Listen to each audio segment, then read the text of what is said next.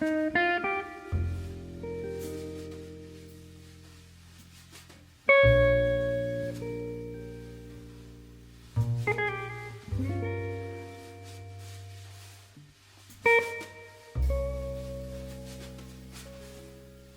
pues vamos a empezar.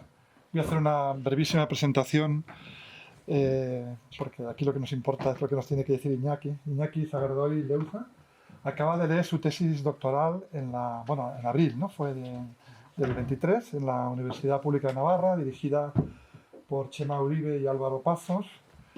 Eh, se llama Violencia, Memoria y Poder, una etnografía del campo anamnético político en Navarra. Lo que nos va a explicar es qué significa para él el campo anamnético político. Pero básicamente, por hacer una panorámica general, pues Navarra es uno de los lugares donde las políticas de memoria han sido más institucionales, ¿no? Han sido más potentes y se ha generado un montón de espacios institucionales que a su vez generan también problemas y donde al mismo tiempo hay un tejido asociativo de larga data, ¿no? Entonces, Iñaki ha estado tratando de entender cómo funcionan estos mecanismos, qué tipo de protocolos se están desarrollando, cuáles son las políticas de victimización también, cómo se clasifican las víctimas, cómo se vive la victimización, cuál es el reconocimiento institucional, la consideración moral, las temporalidades objetivas, quiere decir que él se ha metido en todo este tipo de temas y bueno, las tecnologías anamnéticas, ¿no? Cuáles son los procedimientos, los protocolos, las formas, los rituales que se están desplegando en Navarra, que son particulares, ¿no? Respecto a lo que está pasando en el resto del Estado. Así que, Iñaki, con esta pequeña introducción brevísima, pues te dejo ahí para... Sí, pues, Bienvenido a Rastros y eh, Rostros. qué ricas. Bueno, buenos días. Bueno, me estoy fijando ahora que lo que comentaba Paco, que casi el título es un pelín pretencioso. Como no tengo tampoco, o no quisiera tomar demasiado tiempo, voy a intentar desnudar algunas decisiones, algunas estrategias que tomé en mi investigación doctoral por si resultan mínimamente interesantes y podemos discutir, y si no podemos discutir acerca de otras cosas. A ver si consigo hacer algo mínimamente coherente que dé cuenta de, por un lado, eh, que me encontré al acceder al campo, pero también lo que decía, ¿no? Todas estas suerte de decisiones teórico-epistemológicas que al final fueron las que hicieron posible una etnografía, bueno, que por lo menos para mí resultó bastante compleja, porque yo el trabajo de campo, justamente el otro día para una clase que vi en la Universidad Autónoma, estuve volviendo sobre mis correos electrónicos y me acuerdo que les escribí en enero o febrero de 2020 a mis profesores de ahora sí empiezo el campo, que claro, un mes después la pandemia, eh, hubo problemas también, yo como ha dicho Paco quería hacer una etnografía al interior de una institución concreta que se había creado en 2015 en Navarra, que era la Dirección General de Paz, Convivencia y Derechos Humanos, de la que luego hablaré. Y bueno, parecía que sí, pero al final fue que no. No les hizo, bueno, mucha ilusión un antropólogo dentro de una institución recién creada con temas muy sensibles. En 2018, cuando yo estaba, digamos, negociando la entrada, en 2018 justo ETA se disuelve y bueno, como que había mucha información sensible al interior y no al final no me permitieron, entonces hubo que reformular todo el trabajo de campo y al final lo que hice fue acudir bueno, a numerosos actos así de forma que tienen forma ritual, de conmemoración. También estuve participando en un colectivo memorialista de la ciudad muy importante que es, bueno, como voy a empezar la presentación de hoy, varios meses, bueno, pues infinidad de entrevistas en profundidad, grupos de discusión y tal. Pero bueno, sí que es verdad que mi idea inicial era hacer algo más, porque yo, bueno, mi gran interés o cómo llego a la memoria es desde la antropología política, porque me parece que la memoria es un campo privilegiado para la antropología política, y bueno, quería hacer algo al interior del Estado o de un apéndice subestatal en Navarra, pero al final no fue posible y hubo que reformular. En todo caso, hoy me gustaría hablar como ha dicho Paco, del campo analítico político, que es en última instancia una herramienta que a mí me sirve para mi investigación. si queda, si queda muy críptico, cortarme en cualquier momento. Es decir, que quizás lo dejamos que a veces no tiene mucho sentido. Entonces, por empezar por algún lado, voy a empezar con una pequeña viñeta del campo. He elegido esta, para el póster, me pidió Paco una foto y bueno, pues he elegido esta escultura que es Gogoan, que traducido del euskera sería algo así como en recuerdo. Bueno, voy a dar por hecho que más o menos conocemos todas el conflicto vasco-navarro vasco-navarro, Euskal Herria, como queramos llamar, el conflicto vasco de las últimas décadas, ¿no? En principio no, si en algún momento pues tengo que dar una explicación, pues por favor, decírmelo. Bueno, básicamente eh, estas dos formas, estas dos estrategias némicas, son la estela de Germán Rodríguez y enfrentada a ella una escultura que se hizo 40 años después, en 2018, que se llama Gogoan, en recuerdo, y que básicamente ambas dos se refieren a unos hechos que ocurrieron en San Fermines del año 78. Para nosotros los pamploneses, pues los Sanfermines son son unas fiestas destacadas de la ciudad, y el día 8 de julio, por varias cuestiones que tienen que ver con, bueno, con tensiones políticas propias de la transición, había habido unos meses antes un atentado en Pamplona de ETA, había habido detenciones, gente se encierra en el ayuntamiento días previos a las fiestas para pedir la liberación de los detenidos. Bueno, empiezan las fiestas muy tensas. Y el segundo día, la corrida de toros, que es uno de los actos centrales en el que van las peñas populares y tal, se despliega una pancarta y la policía irrumpe en la corrida, disparando al tendido. Bueno, ten en cuenta, Pamplona tiene una plaza de toros relativamente grande, curiosamente, bueno, no lo sé, pero creo que es la segunda ciudad del mundo. Dispara fuego real, cientos de balas, miles de pelotas de goma, que luego quedó patente en un documento oficial, y en un momento dado asesinan o muere por disparos un joven de la ciudad, que es Germán Rodríguez, que es miembro del LKI, que es Liga Comunista Iraultzailea, que sería un partido trotskista, Liga Revolucionaria Comunista, no sé si en el Estado tenía también alguna forma, pero bueno. Y básicamente ese mismo año sus camaradas, ponen la estela, que es la imagen de arriba, en el lugar en el que fue abatido. Bien, estos camaradas, desde entonces, desde el año 78, que hubo una gran manifestación, básicamente lo que prometen es que no van a olvidar nunca los hechos y que van a trabajar siempre por su memoria. Hasta tal punto que 40 años después construyen, hacen un crowdfunding en la ciudad para construir esta segunda escultura. Entonces, yo lo que me veo cuando empiezo la investigación es que, claro, yo soy de Pamplona y desde pequeño había acudido al acto que se hace anualmente en la Estela. Es un acto, digamos, muy popular en Pamplona, está muy presente la figura de Germán y de lo que ocurrió en aquellos Sanfermines, pero en 2018 hay un pequeño giro, se observa un pequeño giro que los que habían sido sus camaradas y los que durante 40 años habían organizado ese acto de recuerdo, etcétera, construyen esta segunda escultura porque lo que tratan es, como me decían luego bueno, también en las presentaciones y asambleas que hacían, porque básicamente esta figura martírica de Germán no era suficiente para explicar lo que había ocurrido ese día. ¿Vale? Entonces, hay digamos, una reconfiguración de la narrativa de lo que ocurrió ese día que se enmarca en un proceso de transición de lo que había ocurrido el 3 de marzo, tiempo antes en Gasteiz, en Vitoria, en cómo el franquismo, digamos, digamos, los líderes políticos del franquismo persistían, y entonces hacía falta una escultura no ya que hablase o que relatase únicamente o que recordase la muerte de Germán, sino cómo la policía agredió a toda una ciudad. Y de hecho eligen un cuerpo mutilado para dar cuenta de todo un cuerpo colectivo que ha sido violentado. ¿Vale? Entonces, ellos me hablan ya de que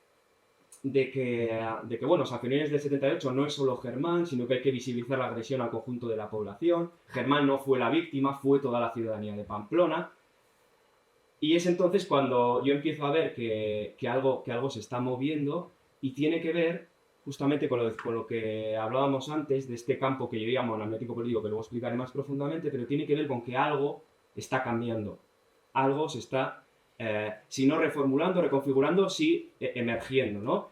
Tiene que ver con que justamente esta asociación se había personado, se acaba de personar en la querella argentina, especialmente acusando a Martín Villa, que era ministro, si no de Interior, creo que tenía otro nombre, no sé si de Gobernación, en aquella época, es decir, encargado último de la policía de lo que ocurrió. Y básicamente lo que estaba ocurriendo era que se estaban importando al terreno local algunos discursos de una naturaleza, si se quiere, más universal. Es decir, los miembros de San Fermín ya no hablaban de Germán asesinado por la policía, sino hablaban de justicia, reparación, digamos, en unos marcos mucho más, no sé si transicionales o lo que en el resto del planeta se conocería como un marco transicional, ¿no?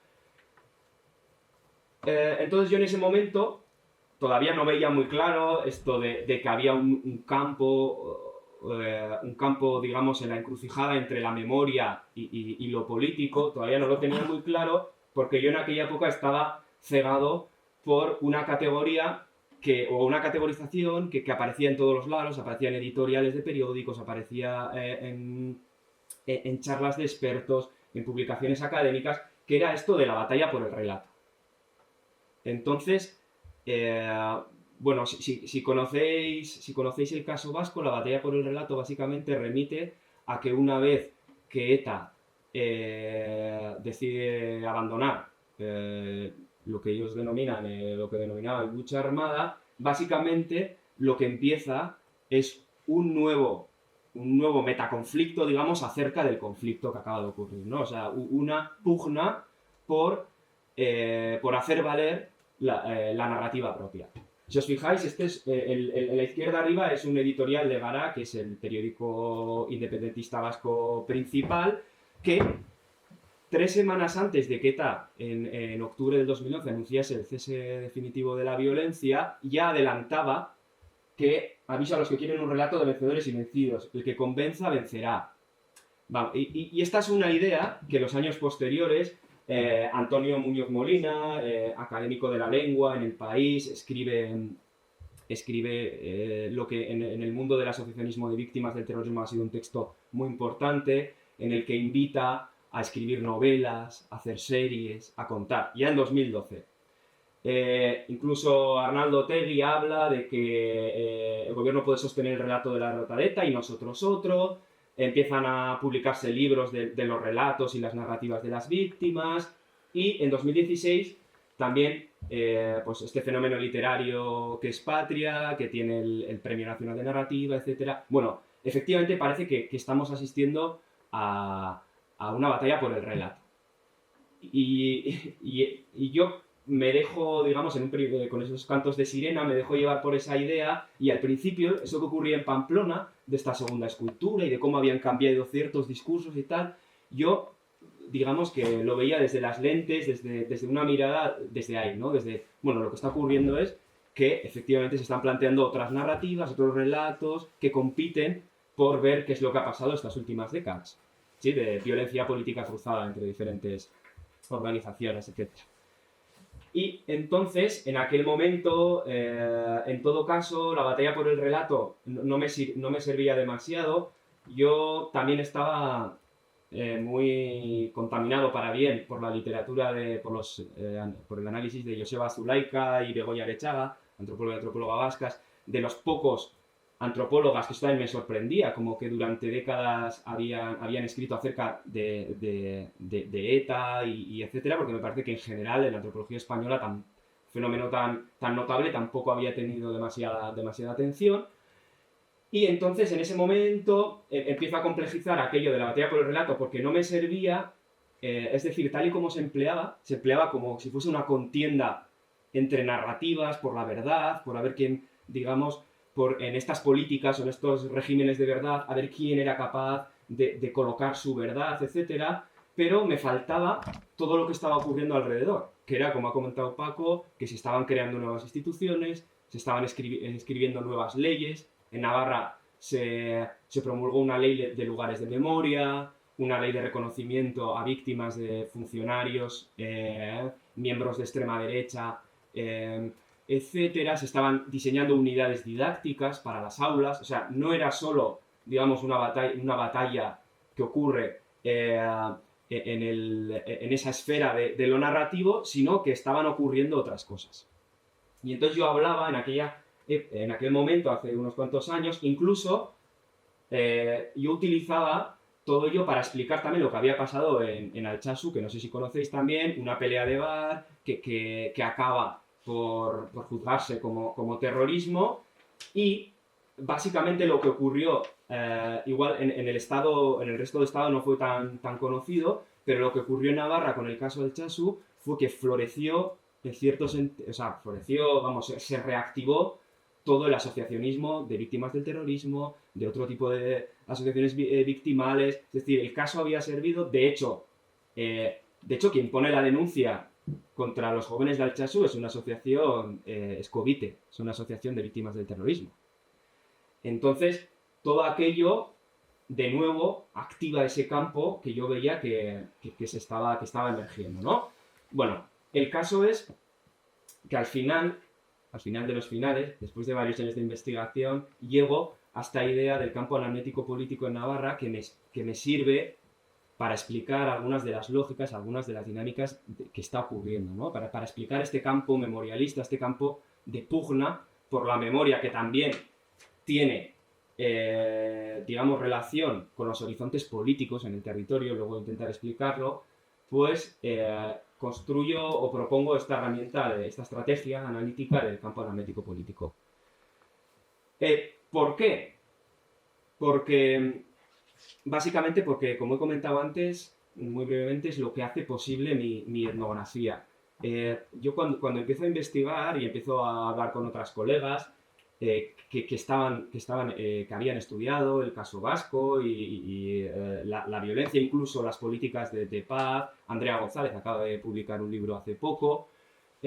Hablaba con ellas y básicamente, y también en congresos y tal, la gente se refería a su objeto de investigación en el sentido de, digamos, refiriendo el territorio. Es decir, decía, bueno, ¿tú qué haces? Conversación así, para romper el hielo, ¿tú qué haces? Bueno, pues yo estudio en el país, estoy haciendo una etnografía en el País Vasco sobre la violencia. Entonces era el terreno, digamos, y el tema, y poco más, ¿no?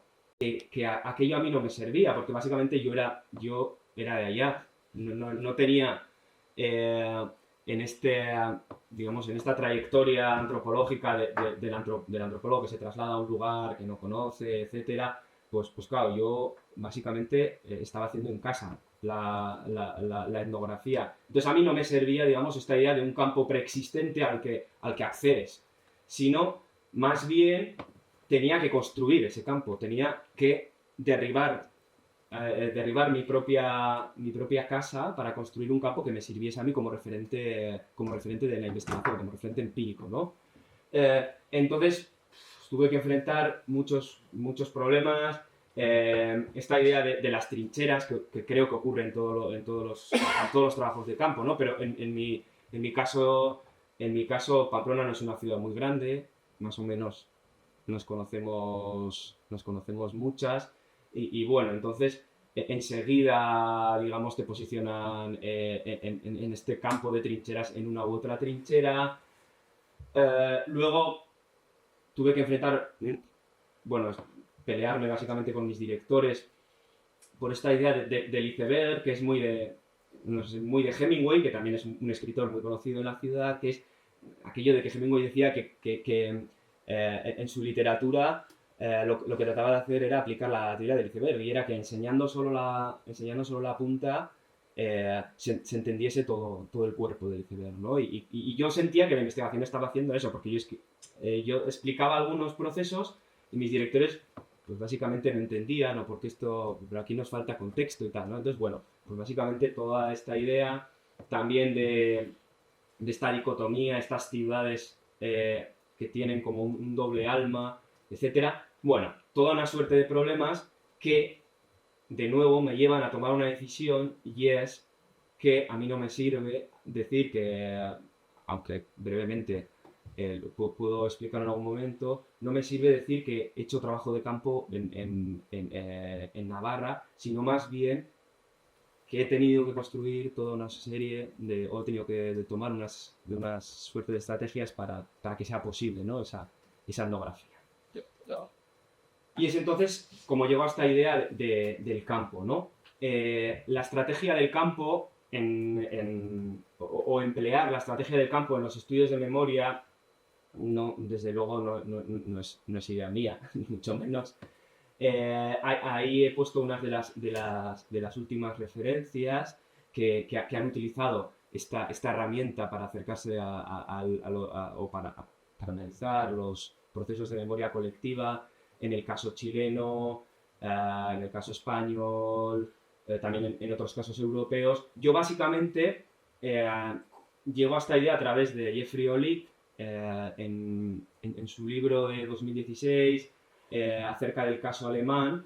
Él básicamente lo que propone es utilizar la herramienta del campo, que en sociología tiene una genealogía bien larga, utilizarla para dar cuenta de estos procesos de construcción de memoria colectiva, ¿no?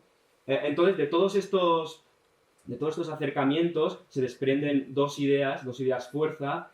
Una sería que la memoria colectiva podría ser comprendida como un espacio social, como un campo, donde los diversos actores compiten o pugnan por sus intereses, ¿no? O beneficios. Y aquí es, digamos, esta preocupación que os comentaba a mí antes de la antropología política, de la cuestión del poder, pues bueno, la herramienta del campo justamente me permite esto, ¿no? Ver cómo operan los diferentes poderes, cómo compiten con esas acumulaciones de diferentes poderes los agentes al interior del campo, etc., ¿no? Y la segunda idea sería que en los diferentes campos pueden observarse prácticas némicas particulares, ¿vale? De acuerdo con las lógicas y normas características de ese mismo campo. Básicamente, estas autoras lo que vienen a decir es que el campo, por ejemplo, periodístico, construye memoria o hace memoria de unas formas, con ciertos productos, con ciertas conocimientos, etcétera. El campo político lo hace de otra manera. Bueno, y esto me sirve a mí también para ver cómo en un campo concreto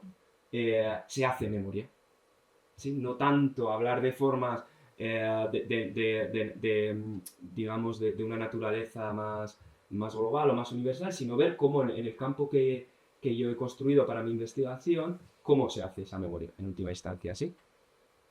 Bueno, desde luego, toda esta propuesta del campo pues viene inspirada por la literatura de Bourdieu y Wacant, y bueno, principalmente de Bourdieu, pero bueno, ¿no? Pues esta célebre, digamos, obra que escribieron ambos, y bueno, básicamente lo que trato de hacer analizando o tratando de proponer una etnografía en términos de campo es ver lo que decía, ¿no?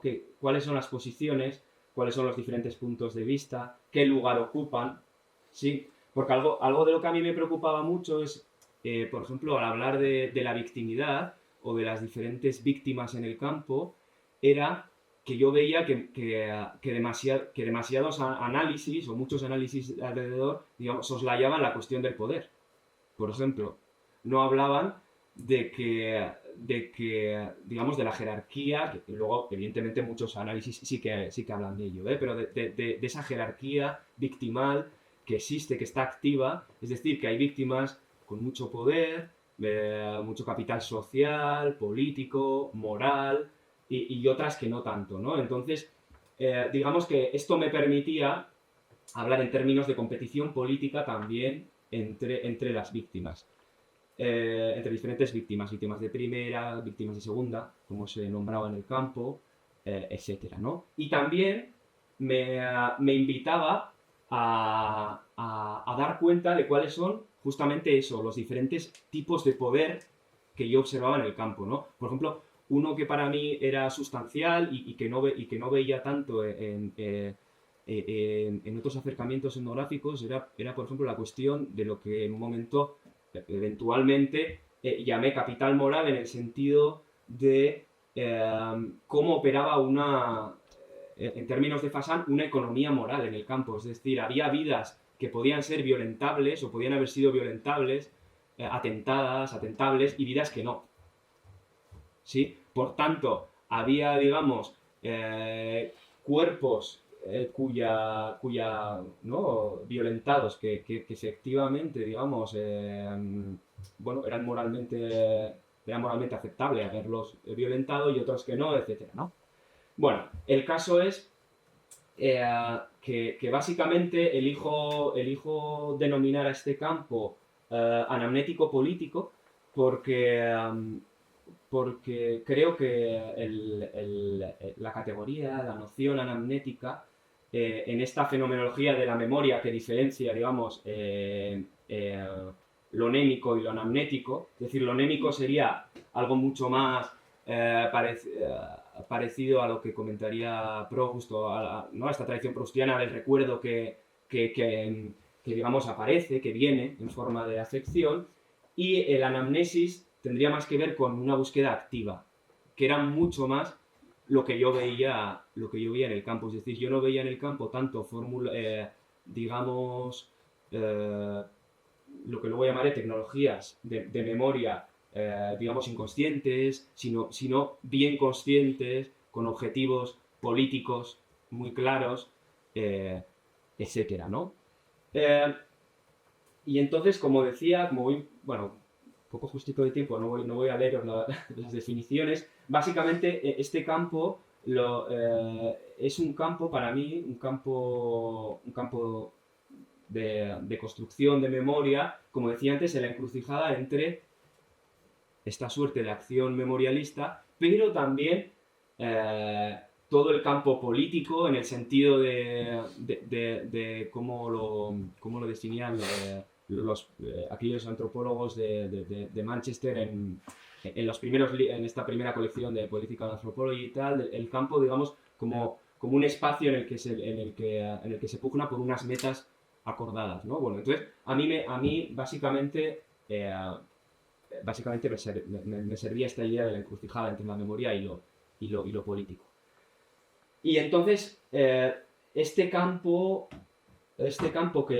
novedoso, con lógicas particulares, que yo creo que emerge después de una realidad política, de unos resultados electorales de 2015, que tiene que ver con, bueno, ya recordaréis, la irrupción de Podemos y todo lo que aquello genera en diferentes administraciones. En el caso navarro, lo que pasa es que se da un gobierno cuatripartito inédito, que tiene que ver con que en el gobierno de Navarra, que había sido un gobierno históricamente regionalista, conservador, nacionalista navarro-español, pues básicamente lo que ocurre es que en 2015 se conforma un gobierno en el que están Euskal Herria Bildu, que sería, digamos, el heredero histórico de la izquierda abertzale, Geroa Bai, que es una coalición desde el PNV hasta independientes, medio, bueno, digamos, de ideología verde o algo así.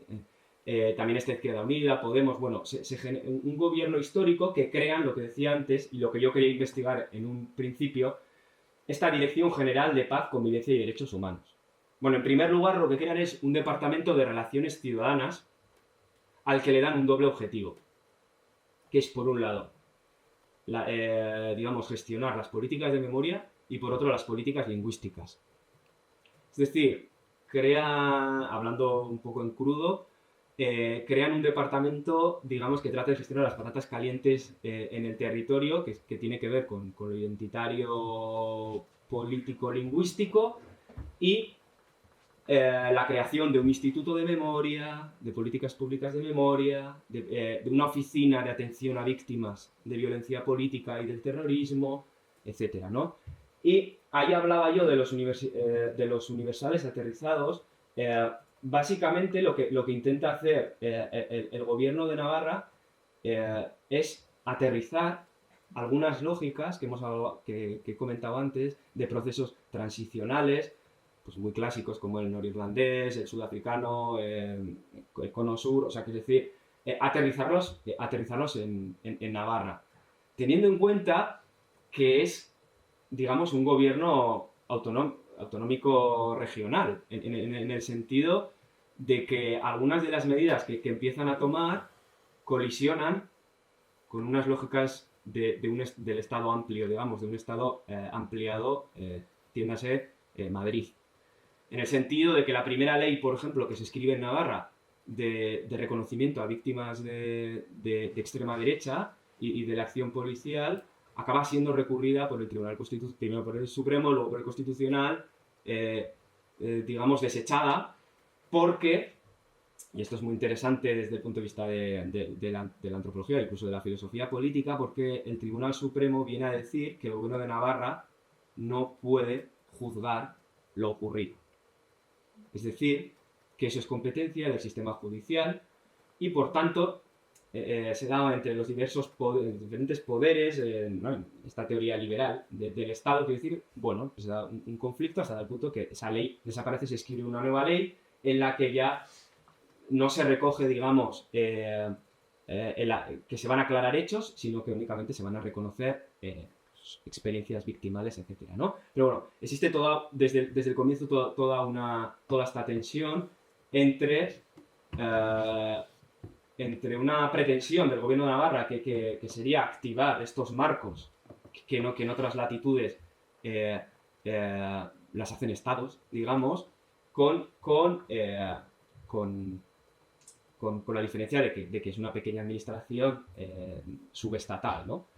Claro, esto tiene mucho que ver, antes decía, por eso os decía, si conocéis más o menos el caso vasco, tiene mucho que ver también con otros procesos que son bastante digamos, propios o al menos particulares del caso vasco, que tiene que ver, por ejemplo, con la unilateralidad de muchos procesos. Es decir, no hay ninguna suerte digamos, de proceso de paz que pueda, aunque ha habido, efectivamente, ha habido un intento y hay organizaciones que trabajan en ese sentido, no puede decirse que haya existido, digamos, un proceso de paz participado por diversas partes, o no existe nada por el estilo, ¿no? Entonces, bueno, tiene todo algo de particular, ¿no?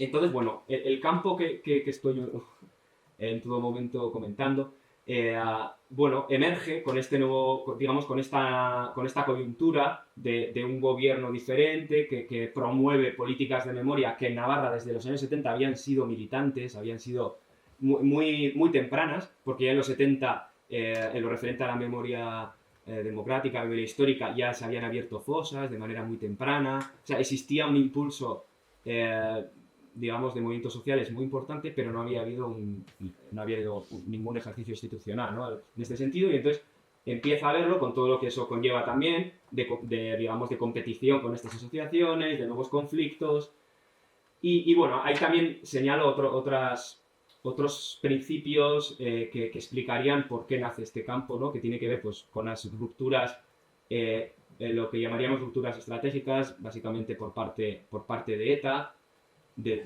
dejar la violencia, también por parte del Estado, de legalizar partidos que habían estado la década anterior ilegalizados, también se dan las últimas denuncias de tortura, bueno, cambian ciertas políticas penitenciarias, y bueno, y también digo rupturas temporales en el sentido de que existe una voluntad.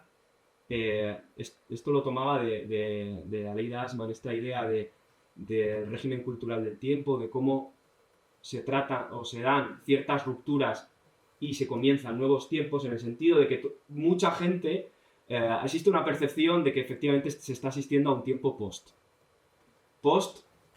terrorismo, post violencia, luego la etiqueta posterior pues cambia, ¿no?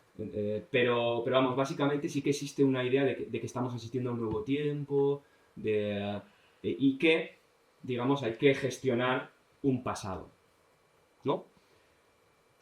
También se da una reconstrucción de los proyectos nacionalistas, que habían estado muy, digamos, muy ligados o obligados a estar posicionados con con esta violencia política cruzada. Entonces, bueno, básicamente tienen que reformular toda su propuesta de cara al futuro, en el territorio.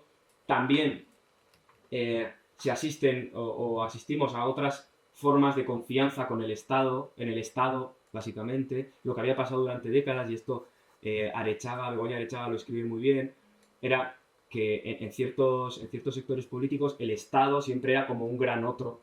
Es decir, el Estado era casi una figura fantasmagórica, externa, etcétera. Y lo que pasa es que con estas nuevas políticas pues, en el caso de la Comunidad Autónoma Vasca, el Instituto Vasco de Criminología empieza a hacer un estudio sobre la tortura, se empiezan a reconocer algunas cuestiones, se empiezan a reconocer víctimas del GAL, del Batallón Vasco Español. Entonces empieza a haber una relación digamos, con las administraciones en este sentido, ¿no? Hasta el punto de que, y esto me lleva al último punto, algunas de las figuras que hay en el campo, digamos, se reconstituyen o se reformulan. Y un caso muy concreto y muy, digamos, muy claro es, por ejemplo, el caso de la tortura.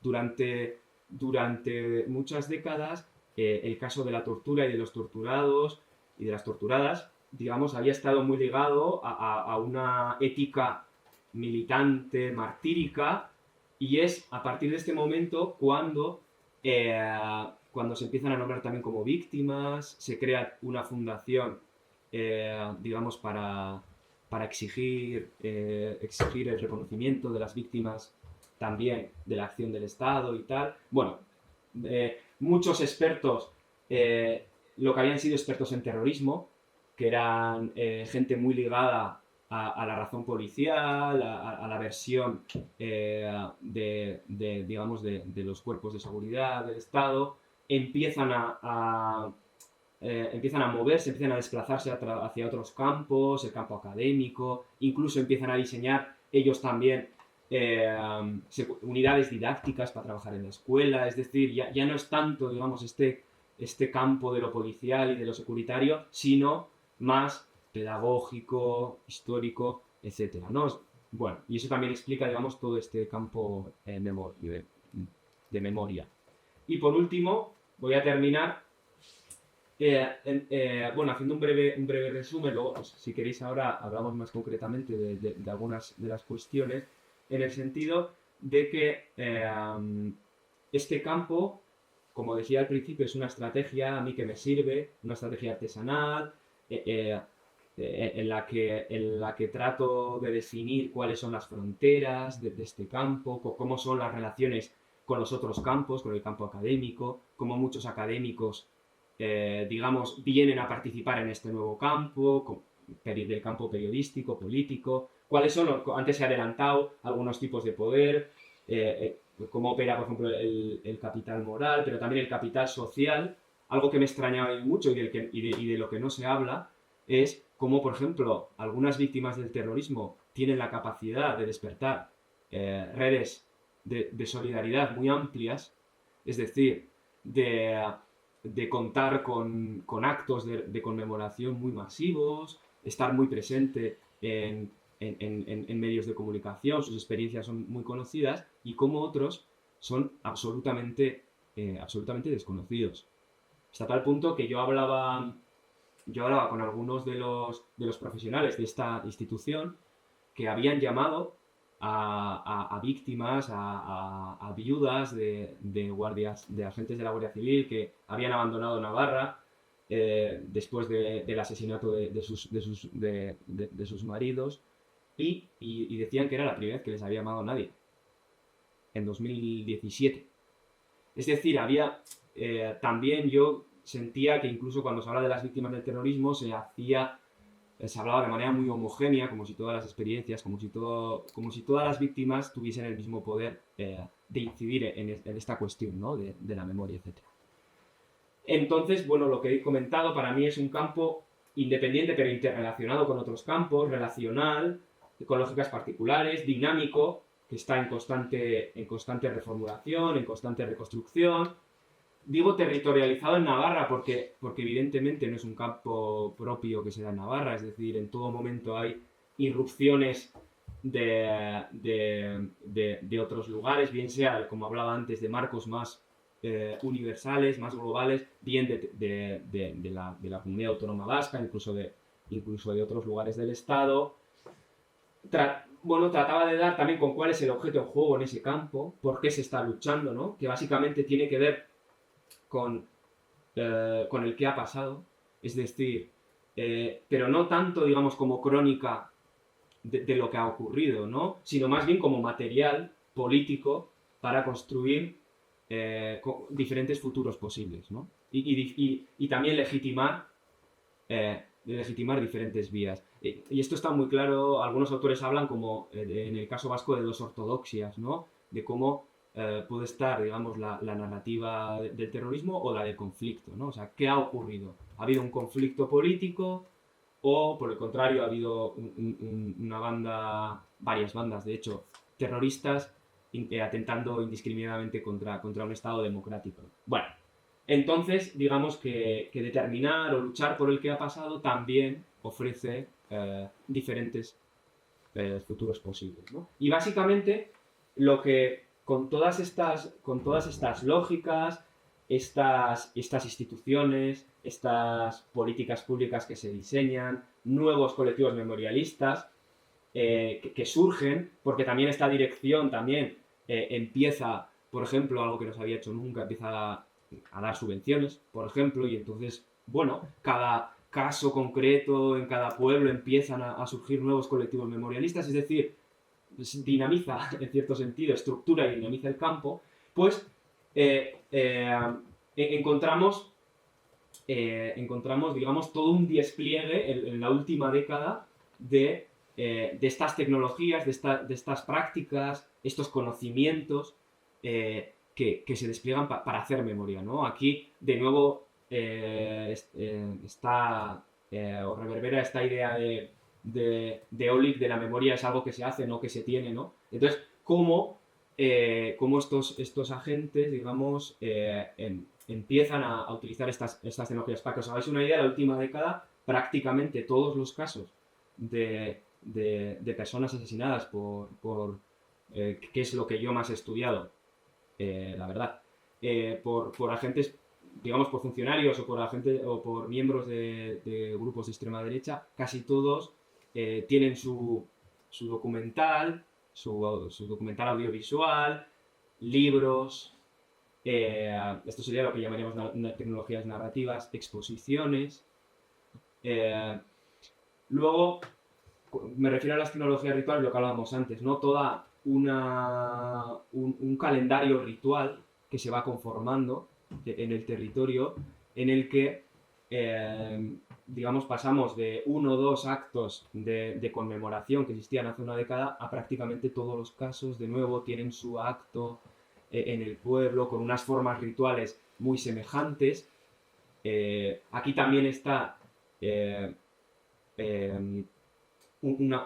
o también asistimos a unas formas muy concretas de elaborar estos rituales, ¿no? Y que, digamos, unen en una suerte de ritualidad compartida a estos diferentes actos.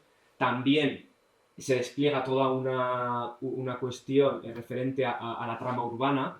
Lo que he dicho antes, se diseña, básicamente se hace la primera ley de lugares de memoria, que lo que hace es proteger por ley algunos lugares de Navarra, básicamente relacionados con la memoria histórica, pero, por ejemplo, estos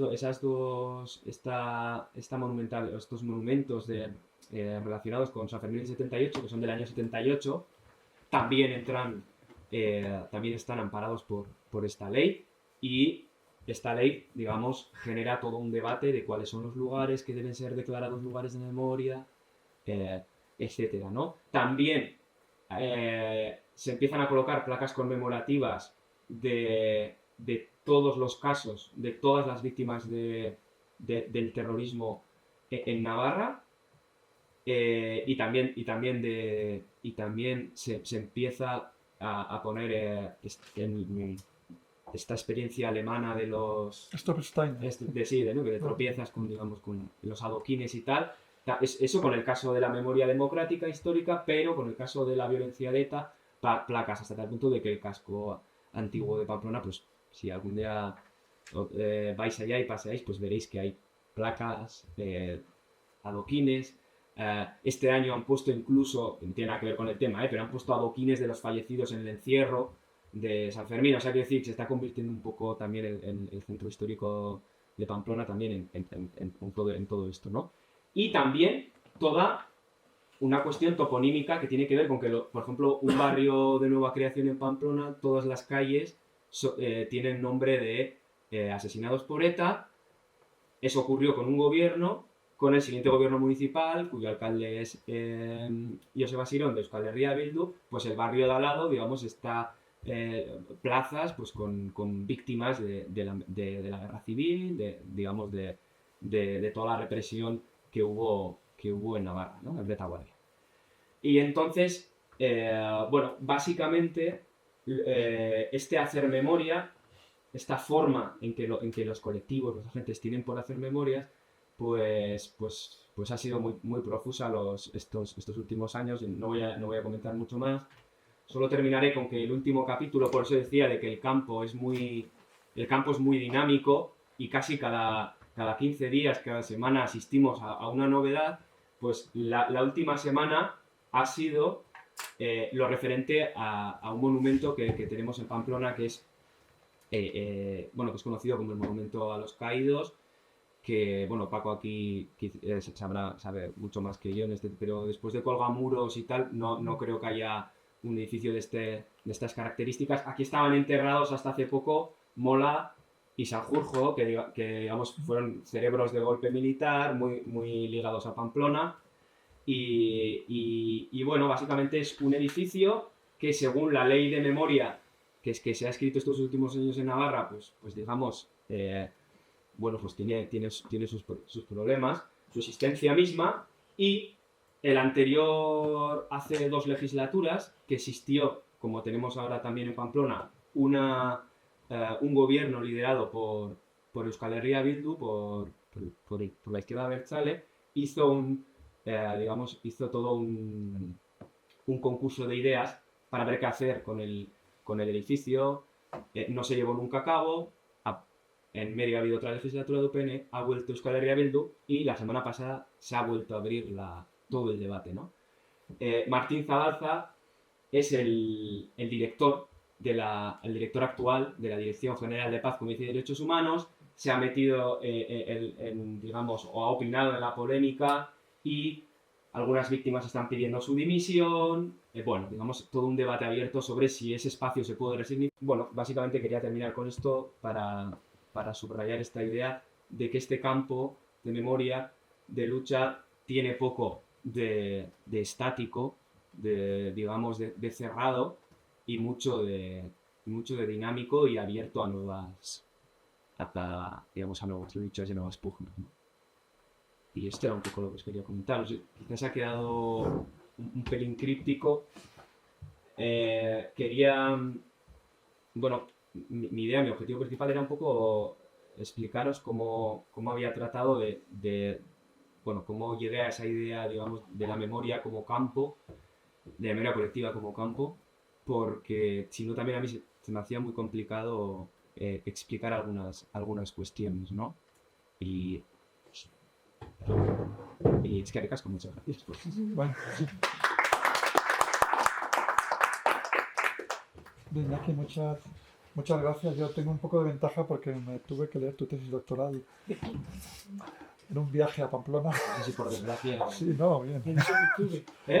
Me tuve que. Qué malo soy. Sí.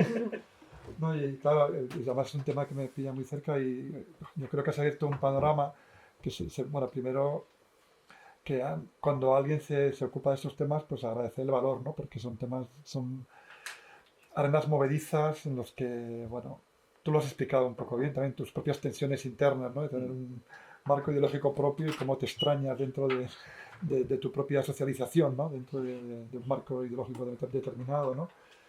Y hay muchísimas cosas por debajo de todo esto, o sea, una panorámica pasando de puntillas, ¿no? Por temas que son mega complejos, ¿no?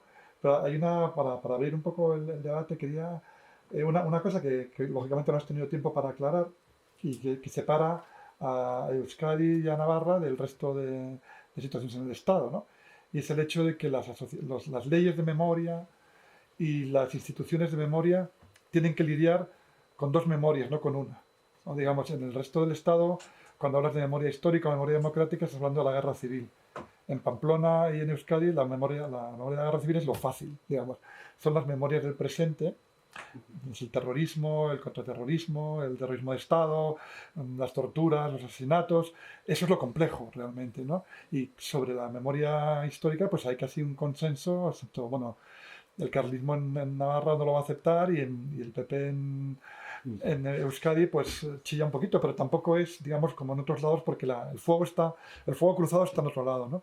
Entonces me gustaría que nos hablaras también de esta institución, ¿no? De la Dirección General de Paz, Memoria, Convivencia y Derechos Humanos, que arrancó con Álvaro Baráibar y ahora está Martín Zabalza. Eh, ¿Cómo se estructura respecto a las dos memorias y cómo, hay- si hay o no vasos comunicantes y de qué manera, ¿no? Porque realmente son dos encargos, o sea, son dos cosas que sí que se pueden ver continuidades, pero al mismo tiempo hay muchísima diferencia en el resto del Estado también, ¿no? Entonces, bueno, simplemente Sí, sí, no que puedes. Bueno, voy no sé respondiendo. si Bueno, queréis lo más fácil. vete comentando y vamos. Sí, no, evidentemente sí, eso lo paso por encima, por eso comentaba a ver si conocéis más o menos el caso vasco. Sí, dentro de la institución y también incluso a nivel más, digamos, superior en las leyes, se habla de dos memorias, memoria histórica, memoria democrática y memoria reciente. Y evidentemente son dos encargos. Uno es, eh, como decías, digamos, una práctica incuestionable, que Navarra además tiene muchas décadas de historia.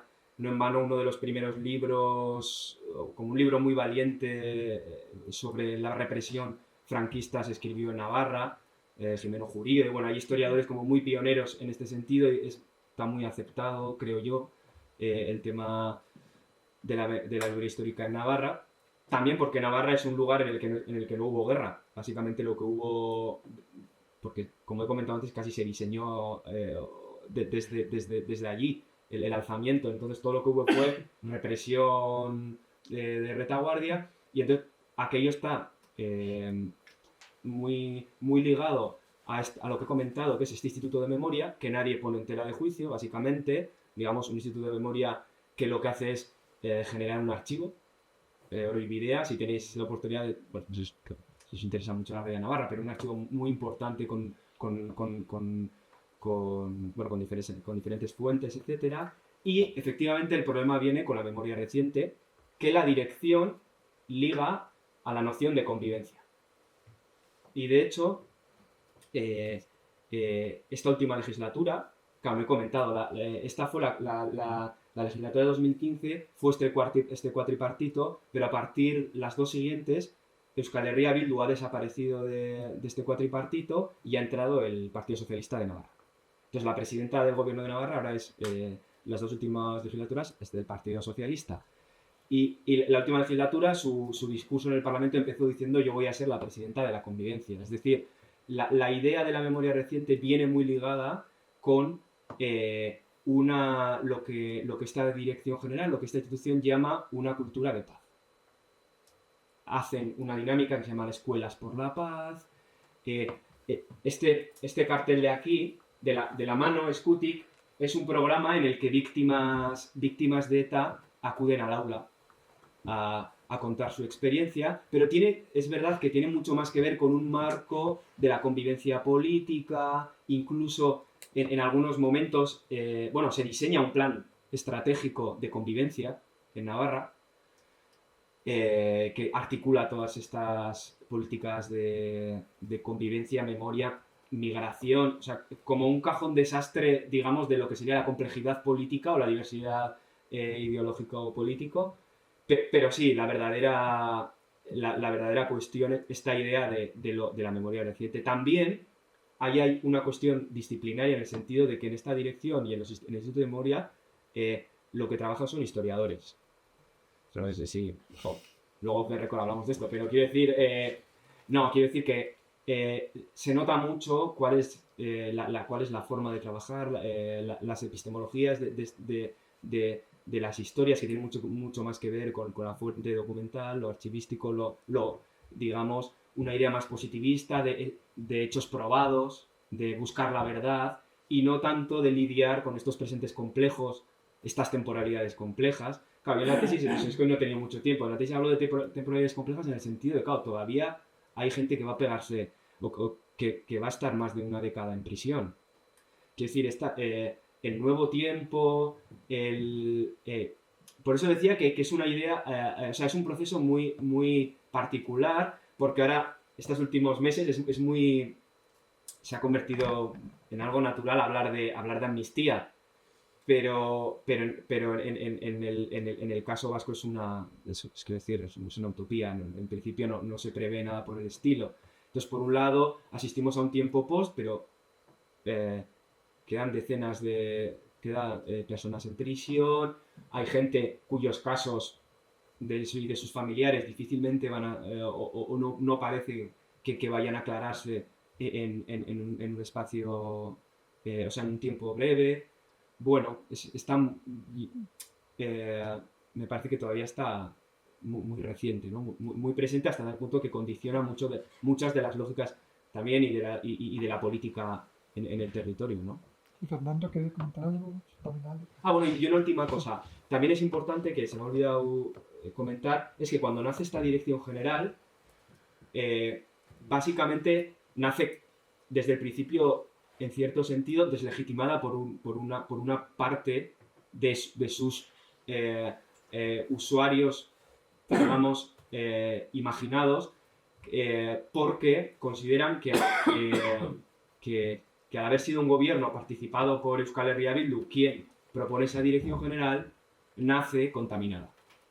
Y entonces, muchas de estas víctimas del terrorismo en Navarra, que tienen mucho poder, deciden no participar en ningún acto, hasta tal punto que rompen con la AVT, que es la principal asociación de víctimas del terrorismo, y crean que sí se muestra, digamos, partidaria, como ha hecho en el caso de la Comunidad Autónoma Vasca, participar con esta institución.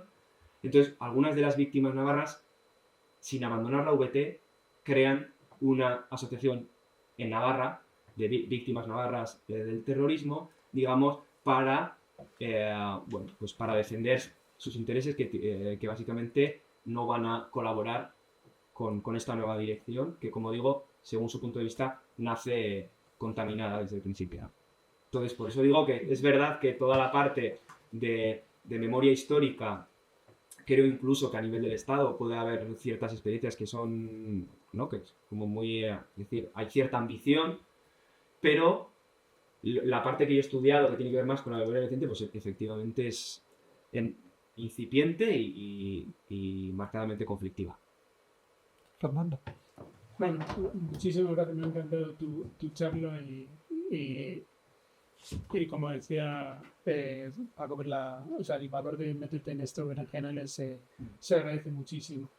Yo tengo dos preguntas. Una es casi una curiosidad y la otra es un poco más metodológica. Vale. La que es una curiosidad, estaba pensando que, claro, todo este campo anamnético tiene razón por una némesis que no aparece aquí, que sería otro campo, que no sé cómo llamarle, si es el campo de la desmemoria o campo del abandono de la memoria, que también es un campo que es aquel que se articula en torno a la idea de la convivencia y la paz solo es posible si dejamos de en paz a la memoria, ¿no? Y entonces este campo se entiende solo desde la existencia de ese otro campo que con sus estrategias, o sea, estaba yo pensando que casi puedes hacer lo mismo que has hecho, la misma estructura, estrategias para no tocar la memoria, estrategias de silencio, estrategias de abandono, básicamente, y en realidad solo existe en la medida en que el otro tiene esa presencia, y luego también está pensando en términos de la jerarquía y de poder entre esos otros campos. porque el otro es un campo que se ha articulado a nivel estatal, muchísimo más poderoso, y este es una especie de pequeña resistencia gala que tiene que luchar contra, o sea, hay que reclamar la memoria en lugar de el abandono de la memoria como camino al honor, ¿no?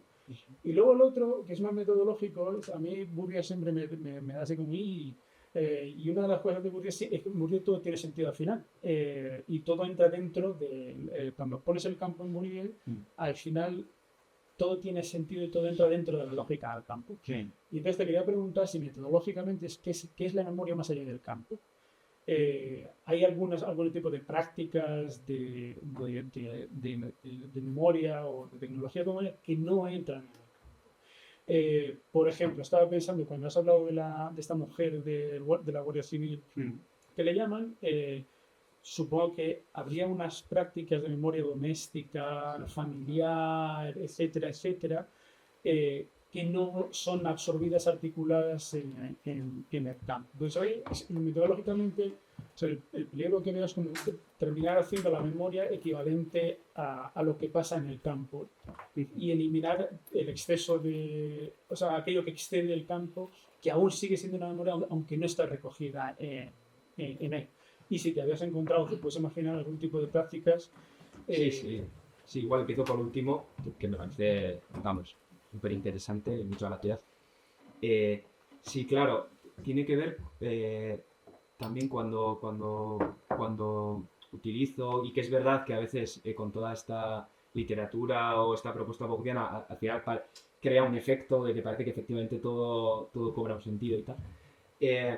Yo sí que tenía muy presente esta invitación que hace Rosana Gubert en algunos de sus textos, que tiene que ver con el recorte, ¿no? Con cuál es, digamos, el recorte que haces en tu investigación. Y evidentemente, mi decisión, digamos, del recorte que yo propongo, pues evidentemente deja fuera, incluso como comentabas, en el campo yo, muchas de estas víctimas que he dicho que luego diseñaron o digamos cada año tienen este acto de reconocimiento y tal, claro, me contaban que durante años habían sido ellos en casa.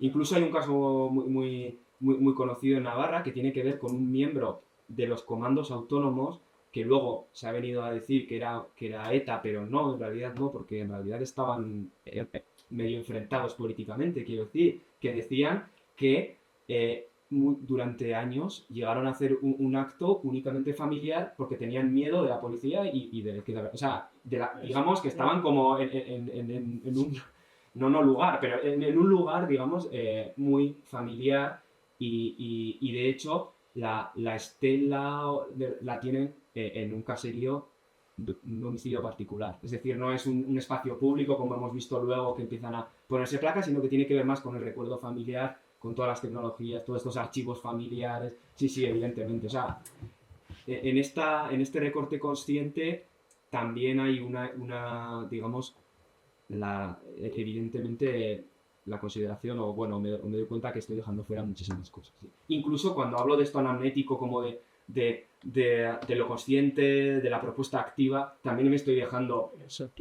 Claro, a mí una de las partes que yo no he trabajado era, por ejemplo, una de las víctimas a finales del 78 tiene balas alojadas en el cuerpo.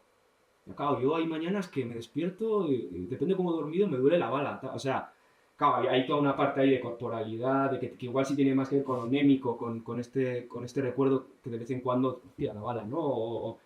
O evidentemente la gente que tiene miembros amputados, o sea, que decir, existe ligado a la corporalidad toda una cuestión, incluso la gente que está en prisión, con la que no he podido, digamos, o sea, hay efectivamente una decisión consciente y también es consciente, digamos, todos estos abandonos que evidentemente ocurren y que a ver si se anima alguien también a estudiarlos porque también es bien interesante, quiero decir, yo quizás sí que me dejé llevar por estos cantos de sirena de lo público, de lo que estaba ocurriendo en esta arena pública y no tanto en las estrategias que evidentemente están ahí, en las estrategias familiares.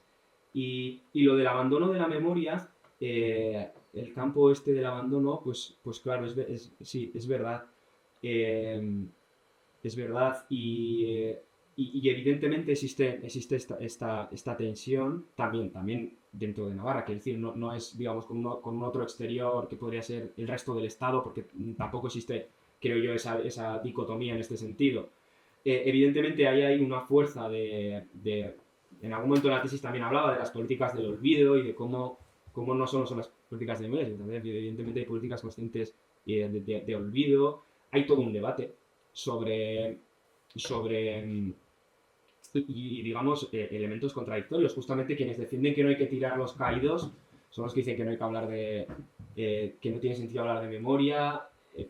No, quiero decir, evidentemente hay que creo que en el Estado ocurre algo parecido. Pues un matiz. Y es que estaba intentando formular como me lo estaba diciendo, pero yo no sé si es olvido, es que es diferente. O sea, no es olvidemos, es como no hablemos. Sí, claro. O dejar la memoria. O sea, no es olvidar. O sea, Hay un artículo de Santos Juliá que causó mucha polémica, ¿no? Porque Santos Juliá, como fue un poco de memoria histórica, fue como el mito, ¿no? Porque hizo su libro Víctimas de la Guerra Civil, año 2019, que los activistas llamaban a las fuerzas como la Biblia. Y él empezó a hablar contra la memoria, ¿no? Y ahí se generó una ruptura, digamos, entre la historiografía y el movimiento memorialista, de alguna manera, y él acuñó el concepto de echar al olvido. Quizás es lo que tú estás hablando, ¿no? Dijo, y publicó un artículo en Claves de Razón Práctica y dijo, no fue un olvido pasivo, quisimos olvidar, o sea, en defensa de la transición y del régimen del 78.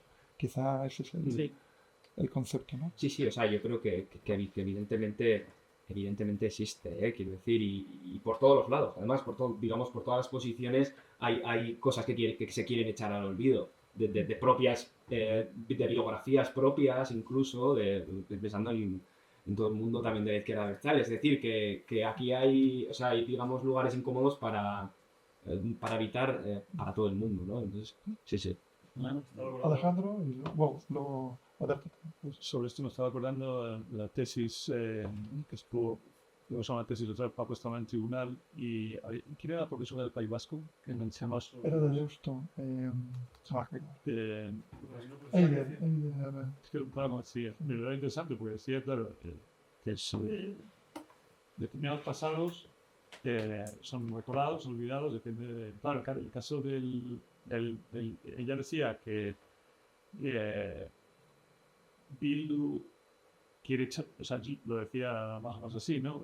Quiere echar al olvido, en ese sentido, quiere, digamos, no tiene interés en recuperar, pero también de la memoria histórica de la guerra civil, y también el PNV, y por otro lado, recuperar la memoria de... O sea, que hay una dinámica de echar al olvido que tú dices, que es muy...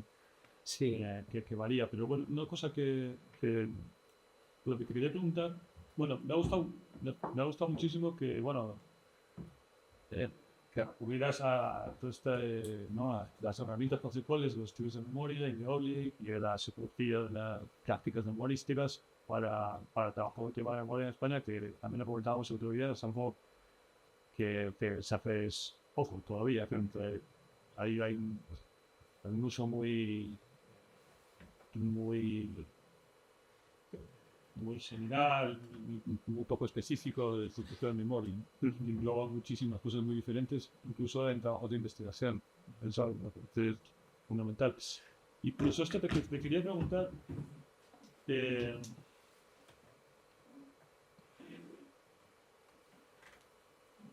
cuando tú dices que has pasado de entender el fenómeno de las prácticas memorísticas, de la lucha por el relato al campo anamnético. Que la pregunta es que ya ese mismo campo anamnético son diferentes actores, diferentes estrategias, instituciones que fundan por relato, ¿no? Si no están más entrelazados. Y por otro lado, si el campo anamnético, dices que hay una génesis del campo anamnético que surge en el contexto, bueno, como dices, ¿no? Del aterrizaje de los universales, del concepto de víctima, de la justicia evolutiva y transicional. Pero el campo anamnético existe desde hace mucho antes. Sí.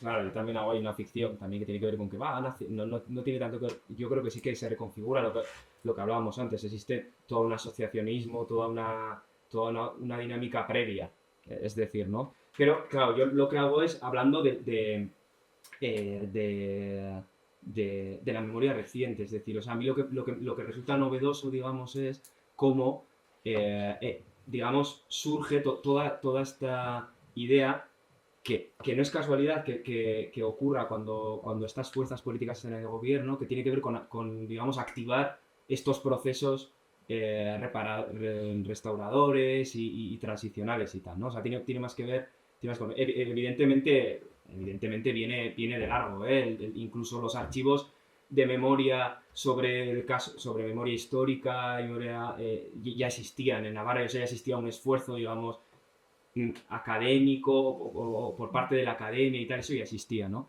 Pero lo que es novedoso es más como, digamos, la tentativa institucional en clave digamos, de construcción política, básicamente. O sea, quiero decir que lo que resulta novedoso no es tanto, digamos, crear un instituto o archivos de memoria, sino presentar esta discusión acerca de la memoria, digamos, como algo que nos va a conformar como sociedad de cara al futuro.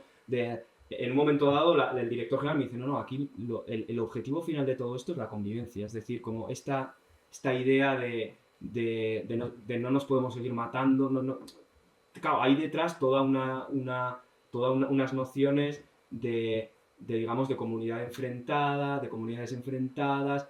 Ellos me dicen, somos un territorio que llevamos pues prácticamente un siglo matándonos, o sea, como que hay todo esto, ¿no? Es más eso, es más la activación, digamos, de esta idea. Y una pregunta más. Sí, sí, sí. Así por conocer un poco más este campo. Decías que ahora con el gobierno actual en Navarra, Sí. el PNTC no participa de las iniciativas de la RELEX, de la Dirección General. Comparando el caso Navarro con otros casos, quizás también fuera de España, es la absorción por parte de la administración, ¿no? O digamos, cuando la administración toma la iniciativa, ¿cuál es el papel que tienen las organizaciones en el caso de la izquierda abertzale? Sí. Ellos, hay pugna, hay discusión entre diferentes organizaciones, entre las organizaciones y la administración, por ejemplo, con la cuestión, con el concepto de víctima. Sí. En Argentina eso se ha visto, ha generado un pacote que también en la Secretaría de Estado. O sea, el concepto de víctima ha sido rechazado, ¿no? Por parte de algunas de las mujeres más delicadas, ¿no? Sí. Ejercicios en todo caso. Eso lo Sí, o sea, por un lado, no es tanto que el PP, sino ciertas víctimas que en Navarra sí que están muy ligadas a la política local, que también igual en el Estado ha ocurrido, ¿no? Como digamos familiares de algunas víctimas que tienen posiciones muy importantes en partidos y eso ocurre y son víctimas, en teoría, a título personal, las que no quieren ningún tipo de relación y tal. Evidentemente también UPN y Partido Popular y tal han deslegitimado desde el principio lo que consideran un ejercicio de blanqueamiento. Utilizan mucho esta categoría de blanqueamiento. O sea, esto aparece mucho, ¿no? Pero, claro, comparado, por ejemplo, con la experiencia de la Comunidad Autónoma Vasca, es que sí que es verdad que es una diferencia sustancial que esté la izquierda abertzale. O sea, que la izquierda abertzale sea, digamos, un gobierno participado por la izquierda abertzale sea quien pone en marcha esto, ¿no? Y esto sí que creo que es un cambio bastante importante con la otra experiencia, con Gogora y tal, que creo yo tiene igual, o no, digamos, al estar también el Partido Socialista, el PNV... Bueno, Sí, Gogora es el Instituto de Memoria Vasco. el Instituto de Memoria Vasco, quiero decir, que le precede, que es la experiencia previa, y un poco a la que se trata, no de imitar, pero bueno, digamos que bueno, es un referente evidente, nacen en momentos diferentes, claro. Entonces, sí que es verdad que en las dos legislaturas posteriores el director general de esta dirección general ya ha sido alguien digamos, ligado al Partido Socialista. Es decir, hay una tentativa de reposicionamiento de la institución y creo de cambio de algunos elementos discursivos. Sí. Es decir, igual al principio igual no no muy, digamos, de manera muy evidente, pero sí podían aparecer ciertas narrativas de conflicto que está muy ligado con esta idea del conflicto histórico, del que, digamos, se van dando nuevas fases, y eso creo que se abandona luego. Es decir, ya no es tanto aquí hay un conflicto, sino son dos cosas, son dos fenómenos muy diferentes. Quiero decir, uno de los meollos, que no he comentado tampoco, es, Paco hablaba de dos memorias, pero uno de los nudos conflictivos es si esas dos memorias están conectadas o no. Es decir, ese es uno de los puntos de calientes. Es decir, ¿estamos hablando de lo mismo o no? No, o sea, quiero decir, no voy a responder, o sea, no tengo la respuesta, quiero decir, para mí evidentemente es todo mucho más complejo que si son dos cosas estancas o no, pero a nivel político, digamos, ese es uno de los elementos centrales, ¿no? Si están relacionados o no. Y si no están relacionados, ¿por qué por qué es la misión de la misma dirección? Es decir, porque al principio, cuando surge, una de las preocupaciones es, pero ¿por qué esta parte de memoria reciente no la está llevando la Policía Foral? O sea, que decir, ¿por qué esto no es algo que digamos, no tendría que ver tanto con el brazo izquierdo del Estado, sino con el derecho, con lo judicial, con la policía? Quiero decir, ¿por qué tiene que hacer esto? Y porque al principio, claro, lo que empieza a hacer la dirección, que no he contado tampoco, es también pedir informes. Incluso en la primera legislatura se piden a varios antropólogos navarros que hagan memorias familiares. Enseguida desechan porque, claro, ven que todo el problema político que puede causar aquello. Entonces, claro, ahí está una de las cuestiones, ¿no? También, sí, tienen, o sea, pero bueno, si podemos pegar tenemos esto, hay que decir. Alberto, Amati, ¿ustedes? Diga, diga. Ay, perdón. Sí, perdón, ahora ya. Perdón. O sea, a mí me ha gustado mucho tu presentación y es verdad, o sea, entiendo que claro, al final el movimiento anamnético político, dices, bueno, pues puede contextualizar y viene de antes, pero me ha gustado ese corte que haces en el 2015. Me ha gustado porque yo creo que trae al frente una pregunta que resuena en la historia reciente de España y que nos resuena a muchos en muchos otros ámbitos. Yo creo que el 2015 evidentemente es un cambio de película. Te acerques como te acerques de la historia de España. En mi ámbito, que es la ciudad, pues hay un cambio de paradigma tremendo, ¿no? O sea, que están los nuevos municipalismos, los comunes, las mareas, el cambio de institución. Y es muy interesante que las instituciones, la cultura institucional cambie. Claro. En todos los planos. Y yo creo que se puede decir lo mismo, o se puede decir sobre la ciudad, se puede decir en el ecologismo también. Los movimientos ecologistas tienen un cambio de paso, ¿no? El ritmo con el que andan cambia, el paso cambia en el 2015. Porque una cosa que a mí me chocó mucho del movimiento municipalista en el ámbito de la ciudad es que, en el caso de Madrid, que es el que yo mejor conozco, muchas de las personas, empezando por la propia Carmena, muchas de las personas que entran en la institución vivieron esa cultura transicional en los 70. Es decir,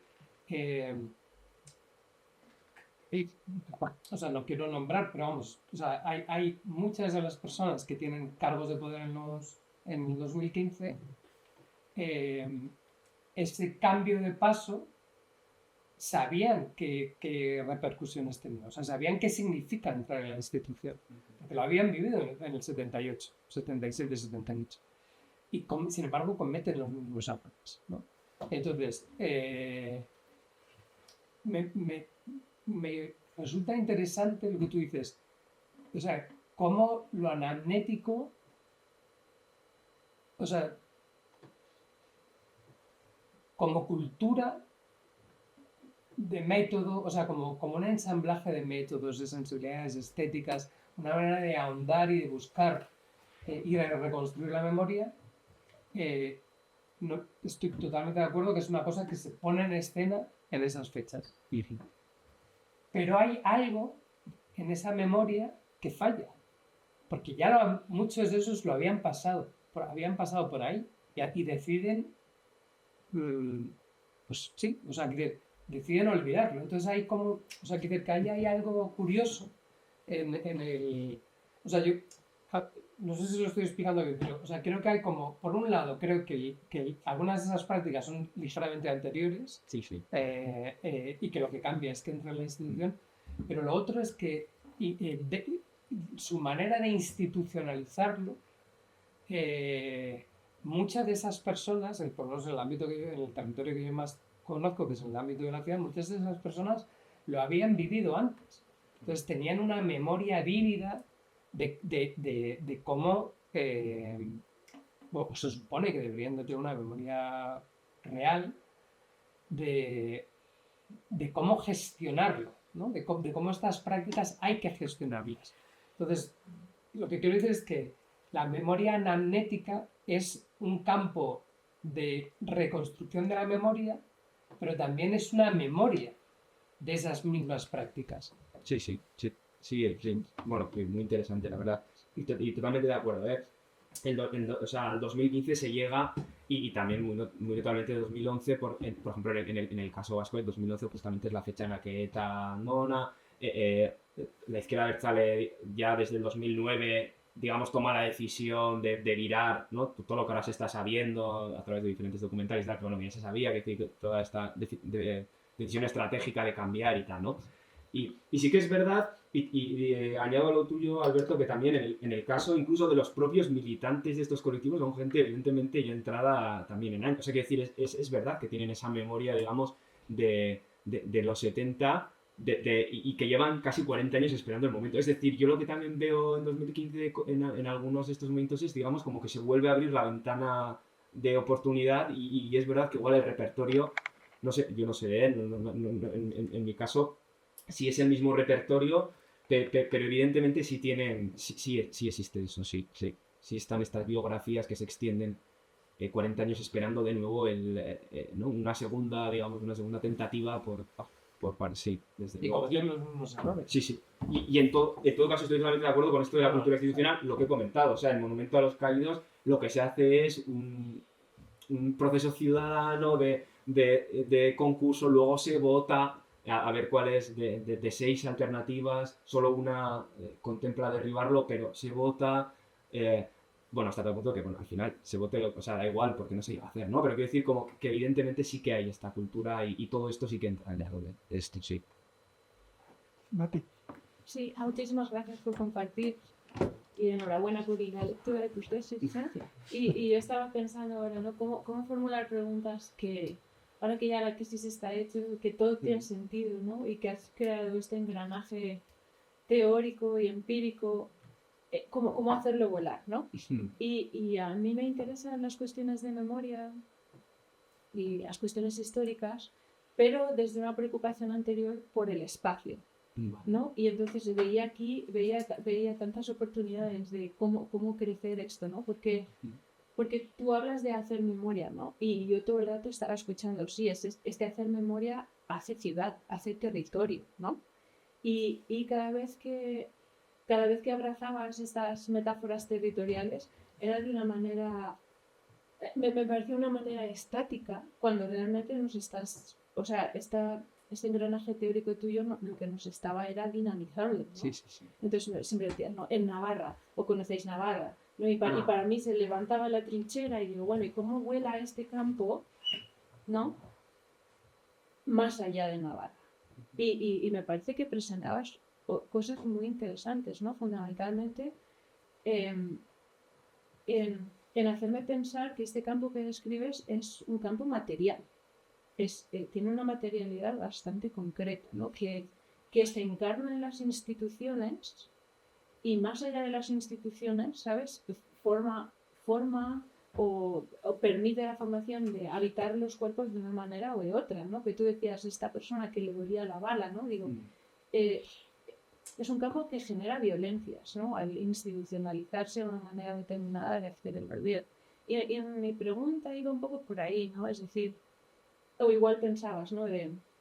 soy un antropólogo en trincheras, ¿no? Y ahora teníamos en Cultural Anthropology un artículo genial que piensa qué es eso de habitar la trinchera, ¿no? Y cómo hago etnografía aquí. Y yo digo, me imaginaba un artículo tuyo dentro de 3 años, ¿sabes? Hablando de esta espacialidad, ¿no? De qué es pensar en trinchera, cuáles son estos no lugares de los que hablabas ahora respondiendo a Fernand, ¿no?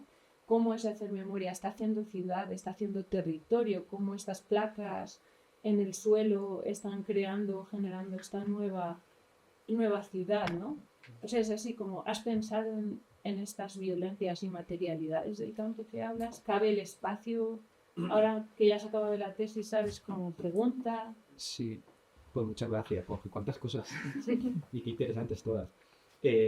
Sí, desde luego. O sea, hacer ciudad y hacer el espacio, vamos, digamos, de hecho existe toda una pugna por cómo hay que hacer esa ciudad. Claro, por quién debe poner las placas, cuántas placas, cada caso tiene que tener su placa, no, sí. Otro de los grandes debates que no he contado, porque no tenía tiempo, pero en otro momento ya lo conté, es que lo que es el edificio de esta institución todavía está en un lugar eventual, pero está proyectado en un palacio del casco antiguo, un palacio que era un gasteche, que un gasteche es un centro ocupado, un proyecto ocupado de los años anteriores, que justamente tenía como nombre Maravillas Lamberto, que es una de las víctimas históricas de la guerra civil. Es decir, y el gobierno ahora decide poner ahí el instituto en el centro de Pamplona, que por otra parte el centro de Pamplona es muy ligado a otros movimientos políticos. O sea, las víctimas del terrorismo decían que no se sentían cómodas con el espacio allá.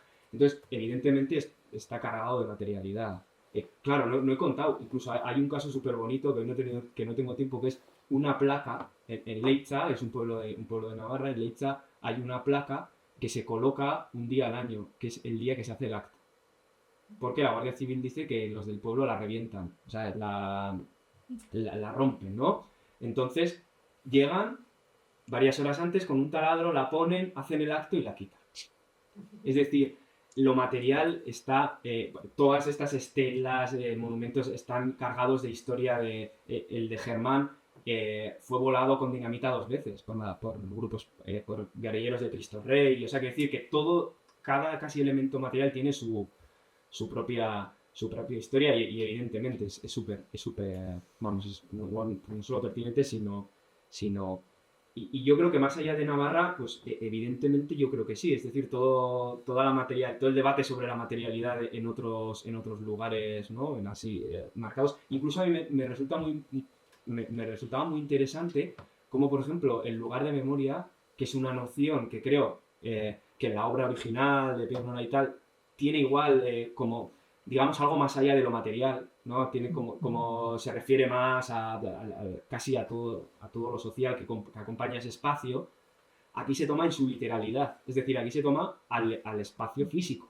Es decir, lo que hay que proteger es la escultura, lo que hay que proteger es la fosa, lo que hay que proteger es, incluso si entráis, hay un mapa, o sea, hay una web de los lugares de memoria de Navarra, en la que, claro, lo que se señalan son lugares y no tanto quizás, por ejemplo, la ritualidad alrededor, sino la materialidad, ¿no?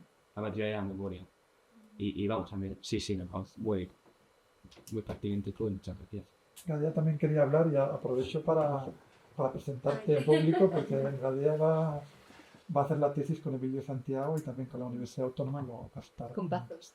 con Pazos sí. también, o sea que va a estar pululando por el departamento y muy bienvenida, Gadia. Pues justo un poco, bueno, vinculándolo, porque ayer tuvimos una sesión de doctorado con Pazos y bueno, como que no he podido evitar como ver un montón de, bueno, lo que llama la etnografía reflexiva que es en tu tesis, ¿no? Y como que me ha parecido como súper revelador también pues para mis futuras investigaciones y demás, pues decir, pues cómo se materializa todo lo que Pazos nos teoriza, ¿no? En esto. Y sí que te quería comentar en torno a esa distinción que se hace sobre la escala, la multiescala, ¿no? Entre lo estructural y lo situado, ¿no?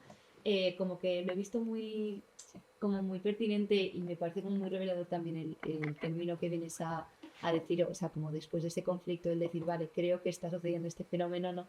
Y sobre cómo, claro, cómo has vivido tú esa iteratividad, en ese tener que cambiar como de registro y tener que, no solo por el hecho de que en principio querías estudiar en institución, sino que después, por ejemplo, te viste en la cuestión de la batalla del lenguaje, ¿no? Y de ver que todo se estaba quedando como muy desde la retórica y decirlo, no, como decir, o sea, porque, claro, a mí me choca, ¿no? Cuando tú haces una entrevista etnográfica, por ejemplo, queriendo desplazar los conceptos generales al terreno, ¿no? Y en el terreno te encuentras que las entrevistas están siendo conceptos generales, ¿no? O sea, quiero decir que al final se habla, sobre todo pasa mucho, yo creo, en la antropología del poder, ¿no? Cuando vas a ciertas instituciones y al final te están hablando como si fuese un meeting casi, entonces como que, bueno, como que me parece importante ver esos cambios, ¿no? En lo que tú decías, en esa batalla casi por el discurso, por la verdad, bueno, más por el discurso, cómo planteas reformular tu etnografía, ¿no? Pues a través a lo mejor de la observación participante,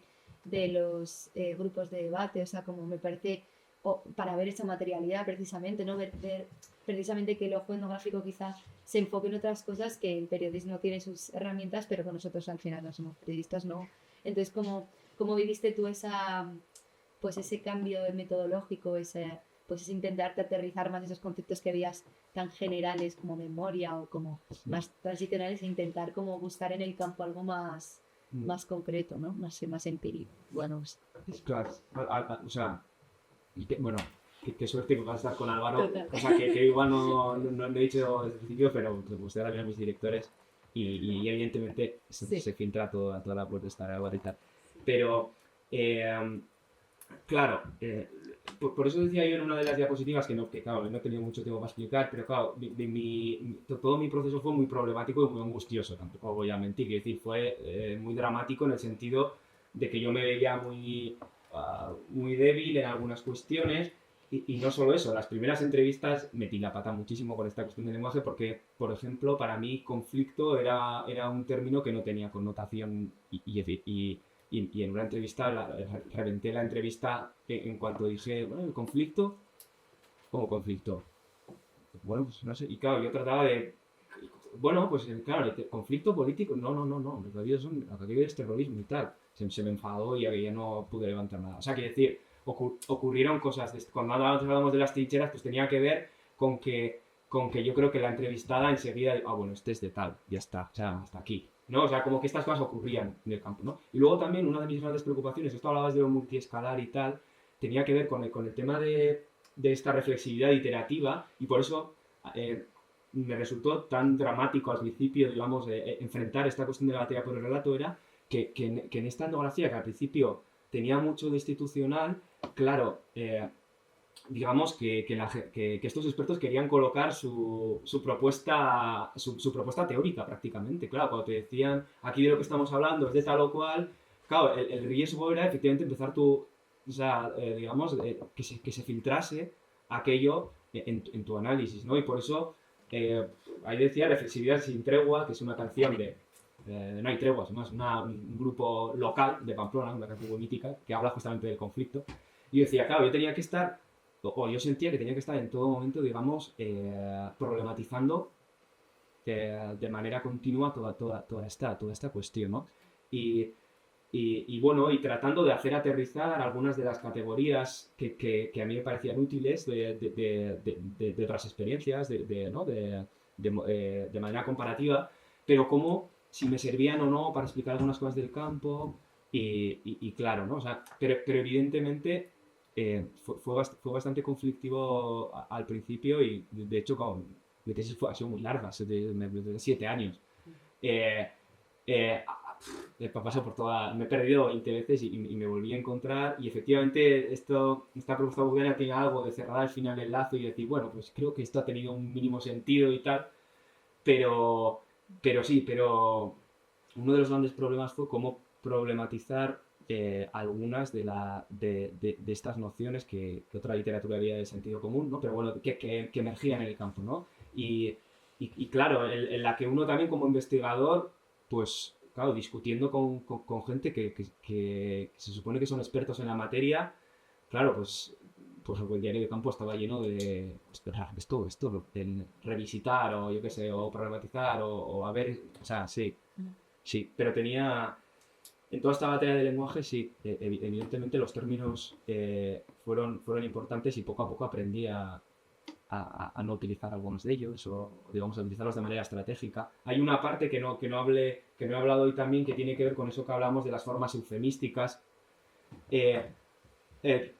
Hay todo un corpus lingüístico que se basa en el eufemismo, que tiene que ver con, tú dices, no sé, bueno, sí, los presos y ya sabes a qué te estás refiriendo, a los no hay que, quiero decir, o, claro, yo contaba en la tesis como, no sé, que es muy típico, que en cualquier contexto y con cualquier fenómeno, pero yo en casa nunca he hablado o sea, nunca he nombrado qué pasa, la cosa pasa. Y entonces, claro, cuando hablas con la gente que ha vivido eso, a veces hasta se hace raro hablar de la cosa en sí, si no es más como, parece, sabemos de qué estamos hablando, pero nunca se habla de aquello. Entonces, bueno, también tenía en las entrevistas mucho de esto. Pero bueno, sin más, creo que en otras experiencias de violencia creo que puede ocurrir parecido, ¿no? Bueno, pues no sé si alguien tiene alguna cosa más. O... Muchísimas gracias, Iñaki. A vosotras.